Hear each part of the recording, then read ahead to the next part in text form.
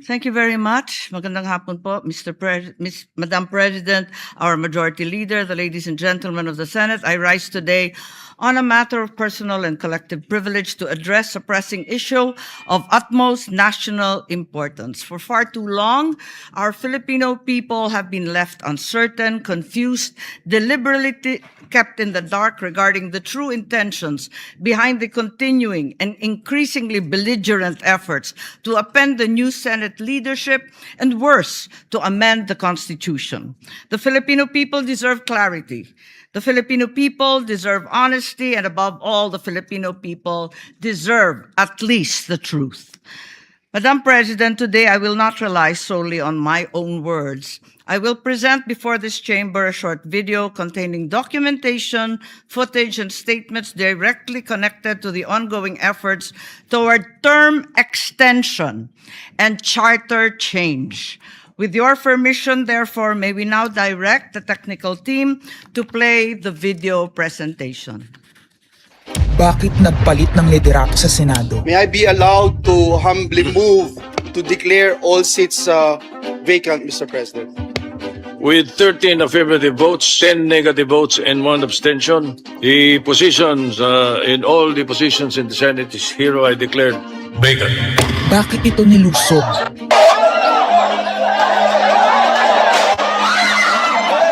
Bakit patuloy ang pananakot? Talagang garapalan, obvious na obvious, iniisa-isa ang majority. Bakit may panggigipit? Pinakakasuhan ng Ombudsman si Senator Rodante Marcoleta ng plunder at indirect bribery. Bakit may pambabaluktot ng kwento? Nililito nila ang publiko. Ang kainan ay naganap alas 4 ng hapon. Ang barilan alas 7. Pinagmamalaki nilang may nangangamusta. Si Camille Villar ang unang nag-update. Saka sila nagsi-reply. Last convo, 4 p.m. Next chat, 10 p.m. Bakit may demolition job? Bakit may pait? Bakit hindi matanggap? Napakaraming bakit. At narito ang mga sagot. Pero bago ang katotohanan, wasakin muna natin ang kasinungalingan. I, Alan Peter Shram Cayetano, having been elected to the position of Senate President, Hindi nagpalit ng liderato para sa impeachment. Hindi totoo ang pinapakalat ng mga nabulaga. Ito this time, medyo nagkabulagan. Ang impeachment ay labanan ng numero. Hindi ang mga Duterte aligned ang dapat mangamba, kundi ang mga sa umpisa pa lang ay may hatol na. Ang sinasabi, sir, ng ibang mga kritiko, itong Senate leadership shake-up ay tungkol lang daw sa impeachment. Lahat na i-connect. As I told you, may 12 kami. Si Bato is 13. So kahit nawala naman siya, ang pinag-uusapan dito is whether or not you will be able to get 16 votes. Hindi siyang pagmumulan ng 16 votes. Wala siya doon eh. 12 kami. Bakit kami magkuku? May 12 na kami kung ang pinag-uusapan lang natin eh, impeachment. Actually, 9 lang ang kailangan para ma-dismiss. Yes, 12 kami. So it's more than the required votes. But that's not the point. Ang ano kasi, pinipilit nilang i-connect doon. Kaya ako natatawa. Where is the connection there? Gusto pang ipa-inhibit ang mga tinatawag nilang Duterte-aligned senators. Nananawagan pa ng partial kuno at pagiging patas. Pero sa publiko, may mga pahayag na hindi makakatakas. While VP Sara is in power, the threat of a full-blown Duterte comeback is still a very real and present danger. Bakit ganito ang desperasyon? Bakit hindi maikubli ang gigil? No.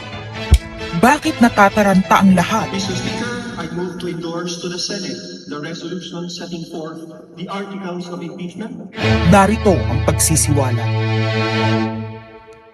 Noong April 22 sa Soler, nagkita si Tito Soto at House Speaker D para pag-usapan kung ano ang papakialaman sa 1987 Constitution habang nakaupo si Bongbong Marcos. Kasama ni House Speaker D ay si South Cotabato Congressman Ferdinand Hernandez. Kasama ni Soto ay ang dating Senate Secretary na si Mark Mendoza.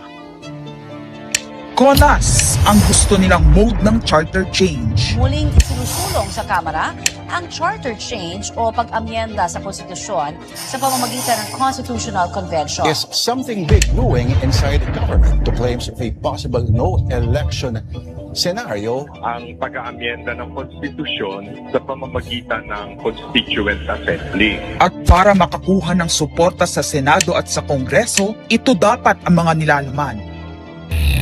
Dapat ma-extend ang termino ng mga senador at congressmen na mawawala na sa pwesto by 2028. Ang eleksyon sa bawat senador ay magiging by region. Nagdiskusyon sila kung 2 o 3 senador per region. Kinompute nila kung mayroong 18 regions, nasa 36 o 54 ang magiging senador. Lumutang din ang usapang para hindi makaporma si Inday Sara sa 2028, gawing 50 years old ang edad ng pwedeng tumakbo. Pero nagpanukala rin si Soto na pwedeng gawing 35 years old para kay Vico Soto. Dahil ipagmamayabang niyang kayang talunin nito si Inday Sara. Meron ako idadagdag maganda, Vicky. Ibaba natin ang edad ng presidente to 35. Magagaling ng bata ngayon eh. Magagaling eh. Ibigay na natin sa mga kabataan na pagpatakbo nitong bansa. Baka puro matino pa mailagay natin. Baka sabihin nila, Senator Soto, this is to siguro allow your nephew, ba, si Vico, na tumakbo. Sabi ko na Maging qualify. Ganun eh. Sabi ko na mag-iisip sila ng gano'n, hindi ko naisip si Vico rin. Ang impormasyong ito ay mula mismo sa kasama sa meeting. Kasama din nila ay isang congressman, isang gobernador, isang retired military officer, isang dating may mataas na katungkulan, at 5 mula sa private at business sector. Kaya ba binaliwala ang panawagan ng taong bayan? Kaya ba binaliwala ang paalala ng Iglesia ni Cristo?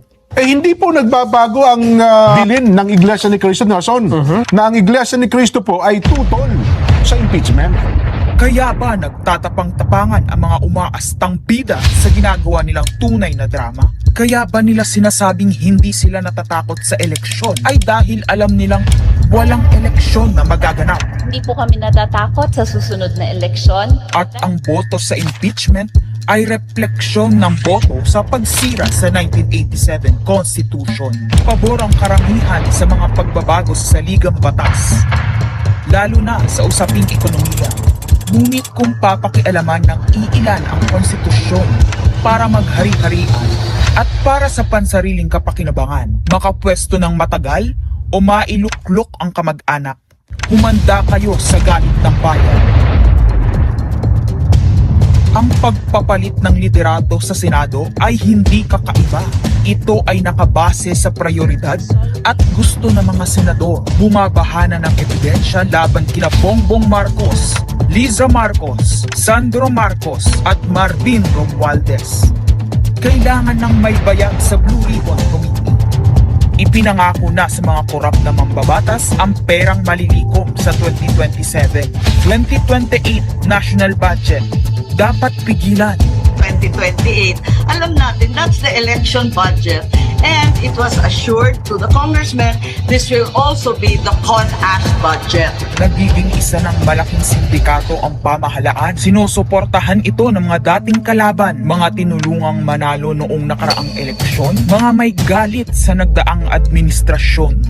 Lahat sila kasama ng pinakamalaking troll farms at ilang bahagi ng mainstream media ay pinagagana ng 2 bagay. Pera galing sa korupsyon, galit sa mga Duterte. Mahalaga ang liderato ng Senado para sa mga korap at nakasandal sa mga buwaya ng kapangyarihan. Ngunit mas mahalaga ito sa mga naninindigan na ang Senado ay bantayog ng konstitusyon na hindi dapat tinatakot, sinusuhulan at iniipit upang maging tau-tauhan. Maaaring hati ngayon ang Senado. Maaaring kanya-kanyang bersyon ng kwento. Wala nang pakialam kung ano ang totoo. Isa itong indikasyon na gumagana ang demokrasya. Kailangan lang maalala ng bawat senador na kahit sila ay may kapangyarihan, hindi dapat nila malimutan magpakatao. Sa kabila ng lahat ng problema, pinakamababang halaga ng piso sa kasaysayan, mataas na bilihin at gasolina, kawalan ng trabaho, halos wala nang makain, nagpapakamatay na mga magsasaka. Ang inuuna ay politika, impeachment at kung ano-anong propaganda para mabalik ang kontrol sa Senado ng mga nangako na maisakatuparan ang pagpapahaba ng panahon sa kapangyarihan. Kung magde-deny yung mga nandoon sa meeting na yon at pabubulaanan yung aking sinabi, then sasabihin ko kung sino ang nagsiwalat sa amin. Kasi magugulantang ang buong bansa pag siniwalat ko kung sino yung nagsabi sa amin.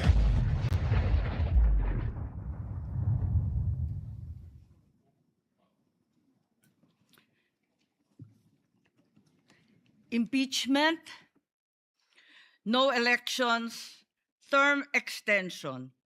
Ito ang inaatupag ng ilang mambabatas na nagiging mambubutas ng sikmura ng taong bayan. Inuuna ito kesa gutom, trabaho, kalusugan, kabuhayan.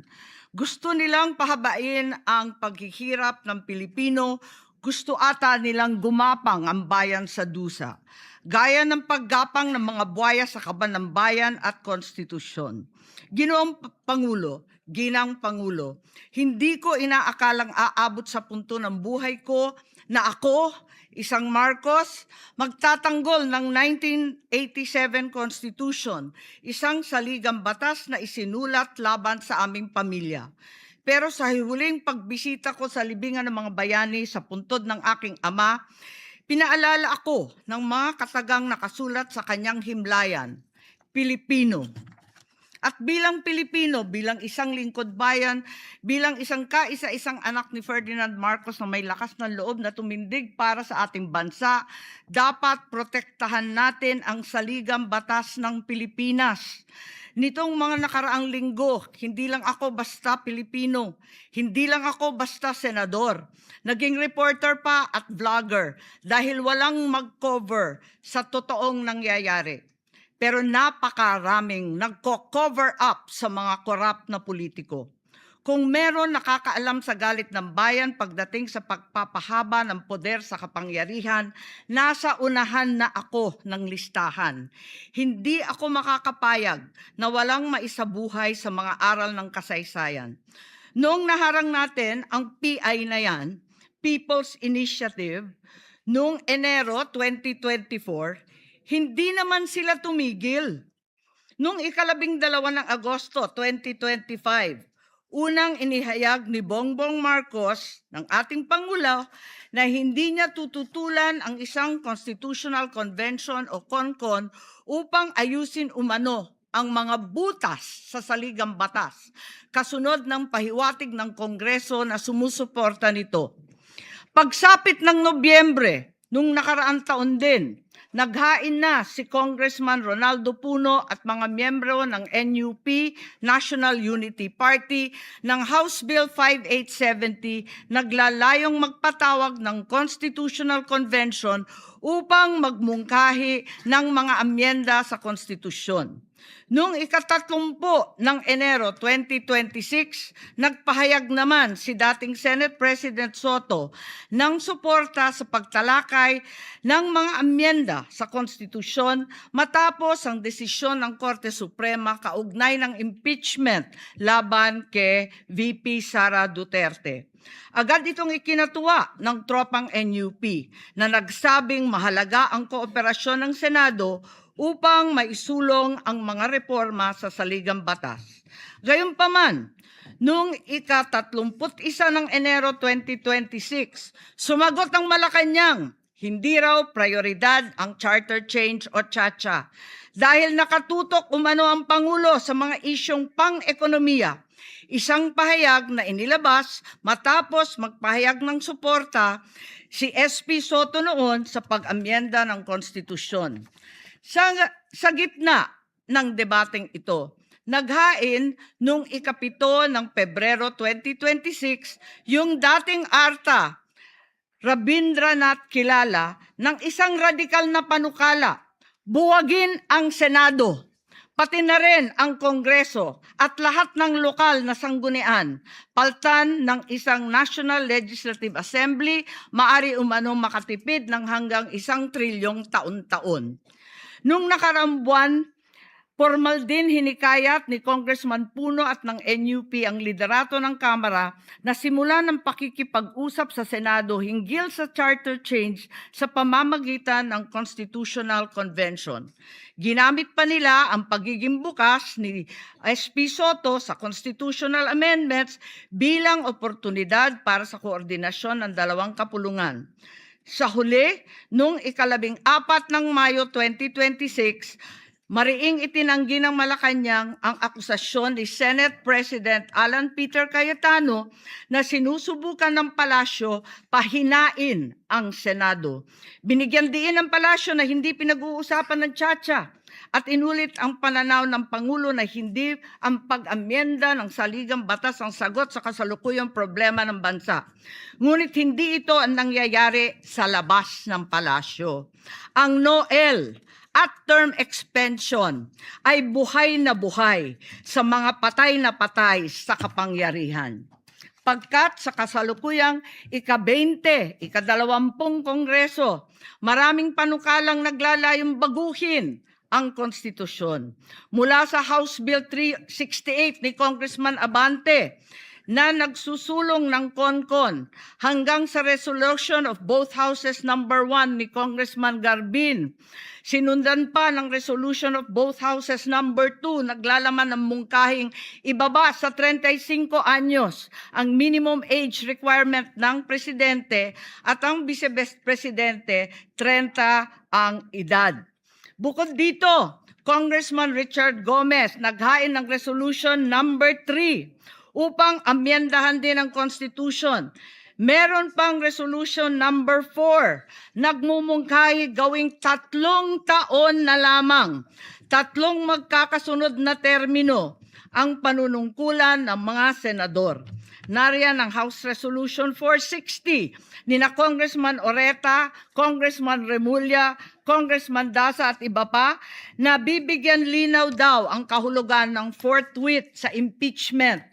At mula noong Abril, habang hinihikayat ng mga congressman na bumoto sa impeachment, malakas ang ugong ng NOEL sa 2028. Lumutang na rin ang mga detalye. Magte-term extension ang mga congressman at madadagdagan ng 3 taon na mananatiling nakaupo sa pwesto hanggang 2031. Ganon din, 2028. Ganon din ang mga senador, pati ang Pangulo, hanggang 2031 na raw. Kung may eleksyon man sa 2028, sa lokal na lang. Kaya, Visayas o Mindanao ka man, suportado ng iglesia o hindi, walang problema dahil walang eleksyon. Kaya ang tanong ngayon, ayaw ba talaga ng palasyo sa Chacha o kunwari lang? O talaga bang wala ng respeto sa Pangulo? Bukod kay Lito Banayo, napakarami kong sources patungkol sa mga meeting na naganap para sa isinusulong na Constituent Assembly o CONAS. Mga kalipunan ng mga politikong hindi nananalo sa mga matataas na posisyon, inaambisyon nila. Kung hindi kayang manalo sa boto, baguhin na lang ang konstitusyon. Noon pa man, hindi ako naging hadlang sa pagbabago. Kung para lamang sa ekonomiya at ikagiginhawa ng buhay ng Pilipino. Pero magagaling ang mga buwaya. Tahimik na gumagapang upang malamon pati ang konstitusyon. Kung nagsisinungaling ang mga nagsumbong sa akin, kung sasabihin kasinungalingan ang sinabi ko ngayon at ang pinalabas, hinihikayat ko ang mga senador ngayon sa ating bulwagan. Ipangako natin sa taong bayan na may eleksyon sa 2028 mula sa presidential hanggang sa lokal. At Madam President, magiging masaya akong mapatunayan na mali ako. Dahil ibig sabihin nun, mananalo ang tama.